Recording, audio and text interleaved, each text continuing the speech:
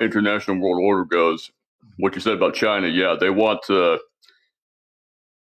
reap the benefits of it, but when we do something, we step out of line, they want us to be the good guys and stop doing what we're doing. And you'll notice a lot of people do that with Trump. Whenever he does something that they consider to be coloring outside the lines, especially if it's explicitly pro-American, they will condemn it and say, no, this isn't what America does. We're the good guys. We don't do that. It's something that's been going on a long time that other countries and people who just frankly don't like America do to hold us back. It's a trick that a lot of presidents have fallen for in the past, but Trump seems to be falling less for it now. And as far as the United Nations itself goes, Churchill himself warned against its formation. He knew that Stalin was going to use it to manipulate Roosevelt. And Stalin was a big supporter of the United Nations because he knew that, given its structure, that let's just say he used it to his advantage to exploit it, because the way it's set up, every independent republic, so-called independent republic of the USSR, got a vote in the UN, which basically stacked the deck in the Soviet Union's favor, and actually allowed them multiple votes, whereas they really should have just gotten one. Churchill saw that coming and he warned against it. And so it was basically a Soviet institution from day one. And of course, it's an institution that has people like Iran, like the Islamic Republic, rather, on the so-called Human Rights Council. It's a fucking joke. It always has been. It's always held America back. It's time to get rid of it and move on.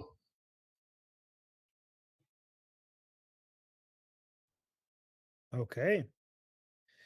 All right, Danny, who's next? Next, I have Elad. Elad. Thank you, DJ. Hey. Oh, hi, Elad. So I wanted to ask about the revisionism and how the Pahlavi and his team, like Nufdi and everyone else, is not really pushing back right now. And I understand that they don't push back because right now they need whatever platform they can, and they can't really say like, oh, you took part of this, right? You were all complicit. Wait, which type of revisionism? What revisionism are you talking about? Everything that happened with the toppling of the Shah and before that with Mossadegh and all that. All right, so you're saying that why? So let me actually give context. No, I'm not asking. No, I haven't finished. So I understand why they're not pushing back right now. I know you haven't finished. I just want to give context to people so they know what you're talking about. So Nufti is an organization that is basically Princess of Pahlavi has created. It's basically Nufti is basically Princess of Pahlavi's team, and Elad is talking about the fact that other people are basically doing historic revisionism regarding what happened in the 1979 Islamic Revolution and Mossadegh's coup d'etat against the Shah. They're basically misinforming people, and Nufti is not pushing back. That's what you're talking about, right, Elad? Yeah. Okay, go on. So I understand why they don't push back right now, because right now you have to stay focused on the mission and all that. But do you think after it's all over, God willing, as soon as possible, that they will start pushing back? And if so, how will it affect everything else? Because we have like a spider web of lies that happened all over the Middle East, and it all starts with the Shah and really creating this awful regime. Right. So I think this is more our responsibility than anything surrounding Princess of Pahlavi. And I think that Princess of Pahlavi has done a really good job in not falling for that trap. So in front of him, for example, they ask like, oh, how do you know that this is not going to go like become tyrannical like your father's time, right? And that's a trap, because then it's going to, if Princess of Pahlavi starts defending his father's record, then he's not going to be talking about what he's going to be doing, and he's going to be wasting his time and energy, because he needs to be talking about the future and what he's going to be doing, right? I think this is our job to defend Muhammad Reza Shah and Reza Shah. And I think Princess of Pahlavi and his team and his organization need to be focusing right now. I mean, so I'll answer your question regarding after as well. They need to be focusing on what the prince is going to be doing and what his organization is going to be doing. When it comes to the after the Islamic Republic, then I'm pretty sure that I think our future government is going to have like a cultural ministry. So I think our cultural minister and our education minister are going to be on it when it comes to building museums and education centers and cultural centers and a curriculum where we teach. So we're going to have that in our school books, right? We're going to have the real history be taught in like elementary school. So I think we're going to go way beyond just answering reporters. I think we're going to basically, how Jews basically spent after World War II, they have Holocaust museums all around the world. So I'm pretty sure like we want to do something like that when it comes to educating our population and the rest of the world regarding our history, especially given the massacre that happened in Iran. We have to be doing something similar when it comes to education and telling the whole world about Iran's true history. So yeah, this is going to be a major project of major branches of our executive, major parts of the executive branch of our government. There needs to be a budget dedicated to this, setting the record straight and educating people about the true history of Iran, not just the 1979 revolution, but all our history and our kings and Cyrus. I think we don't like the idea that people talk about Alexander the Great, but they don't talk about Cyrus the Great. We want to outshine Alexander the Great. We want to make sure Cyrus the Great is known as the king of all kings all around the world. So we're going to be making movies, we're going to be making animation, cartoon animations, and everything. So yeah, that's going to be many major projects about this. And call him by his real name, not the Greek one. We need to use words that other people understand, right? So yeah, we call him Kurosh, but if we say Kurosh, like English speaking people We'd will not be able to understand you. We'd Yes. understand So you. in Israel we say Kurosh, in Iran we say Kurosh, in Israel we say Kurosh, but in America we have to say Cyrus. Right. So what I wanted to understand is how do you think this is going to affect all the countries that were actually complicit in the West and actually the Palestinian lies because it was also connected because it's all connected, right? What Palestinians? Would there be anything left of Palestinians after the Islamic Republic is over? Would there even be That's what I'm asking. Would there even be a Palestinian movement left? I don't know. And Guys, there's gonna like you still have be like I Palestinian hope movements. Like I know, but there will be some remaining, but you guys, like, I hope Israelis here appreciate what a big Armin, they blow thought this that is. about the Soviet Union falling, and it didn't And they help were much. right. It did. It did. Communism now and communism then is night and day. Communism then was a global superpower. The Soviet Union falling didn't Well, have I was any talking impact on about, like, communism. Palestinian Oh. cause. I'm just saying, just like the fall of Nazis didn't end Nazism, but it really damaged Nazism. Like Nazism today is like 1% of what it used to be. Like the fall of the Soviet Union, communism today is a joke compared to the influence of communism at the time of Mao and Stalin. So in the same way, yes, sure, the Islamic Republic falling is not going to end all of this completely, but whatever remains is going to be a joke compared to when they had a state sponsor of terror supporting them. I mean, it's not going to completely eradicate them, but it's going to be a major blow, right? But do you think the cover up will be like finally because it's like the biggest cover up of the century, everything that happened in Iran, right? Because like world so many powers were involved in it, right?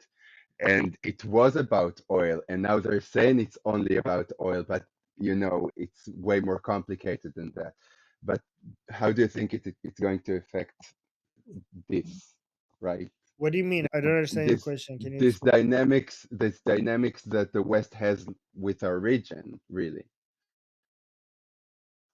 because Okay, so because because the way things happened was very was very imperial, right? It was the powers at be that came and really installed a different regime. You mean the Islamic Republic coming in power was an imperialist project by the West? Is that what you're saying? It wasn't just the West, of course, but it was Britain and the US was complicit in it, and of course Russia behind the wheels.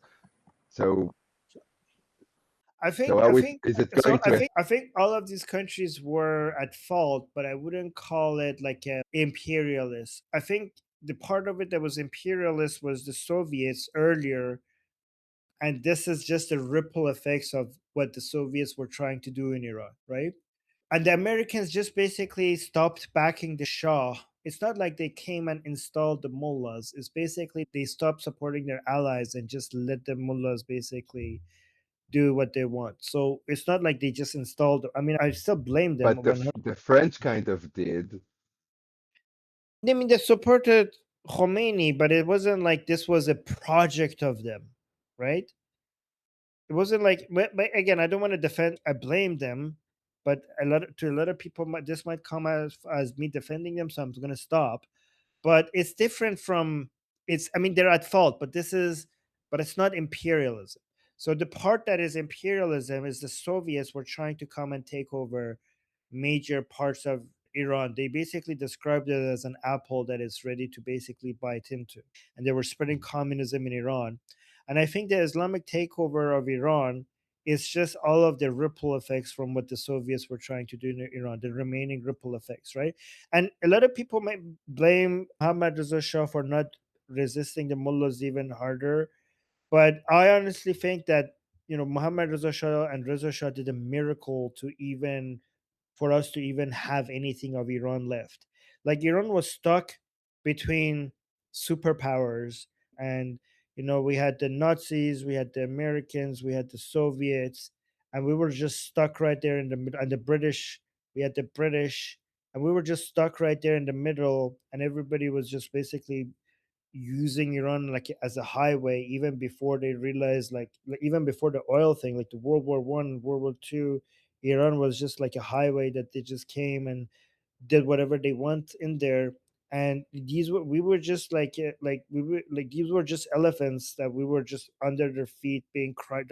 A country was taken to the edge of collapse. The fact that Iran is even remain is like anything of Iran is even left is like it's a Pahlavi miracle. And I think the damage that the Soviets inflicted upon Iran was so high that even though Pahlavis managed to, with the level of education, modernization, industrial development, and cultural improvement and economic growth that they brought, I mean, at that point, they managed to create a situation that even though eventually what the Soviets did resulted in the Islamic Revolution of 1979, and people didn't see that coming, but now in hindsight, you could see that it was inevitable. But the Iranian people experienced something under the Pahlavis that made it impossible for the Islamic rule to hold on Iran forever, right? So I consider what the Pahlavis did was they planted a seed, and after the removal, the seed didn't grow into a tree while they were alive, but now you see the results of it after they're gone. And when people blame the Pahlavis for not crushing the protesters, the rioters in 1979, when they're blaming Muhammad Reza Shah for not doing that, I think they don't understand that if he came down and brutally crushed that revolution, that tree would have never grown. And that revolution was unavoidable because of what the Soviets left inside Iran. The commies and basically the unity behind the commies and the Islamists, and the fact that what Muhammad Reza Shah was doing was not yet understood or supported in the degree that it should have been by the population, meant that that would eventually lead into a revolution that if you wanted to stop it, you would have been destroying a longer term project. And even though in the past 47 years we paid a very heavy price with Islamic rule, I think if you look back at this, like zoom out and look at the 500-year result of it, you will see that the 47-year price that we paid was necessary for what eventually came after. Like, we Iranians are considered modern people with classical liberal views for democracy and secularism and the rule of law and patriotic. And if we didn't have the Pahlavis, we could have been closer in attitude to people like in Afghanistan and Pakistan. So, and if Muhammad Reza Shah crushed the revolution, we would have never understood what Pahlavi was trying to do, and we would have never been supporting it to the degree that we are right now. So that's why I think that the imperialist project that started all of this was the Russian imperial project, and it was such a big bomb that we didn't notice how big of a damage that was, because Muhammad Reza Shah was improving Iran so much, but the ripple effect of it caused the Islamic Revolution, and now we're going to go back to continuing the project that Pahlavi started in Iran. Do you think if the king had just totally crushed it the way Savak told him to, do you think the Iranian people would have turned against him en masse?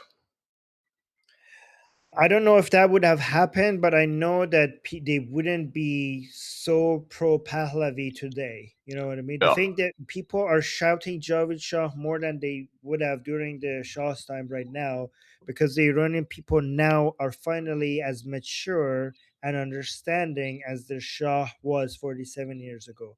Yes. But to be able to get to this level of understanding, they had to experience what not having Pahlavi is like.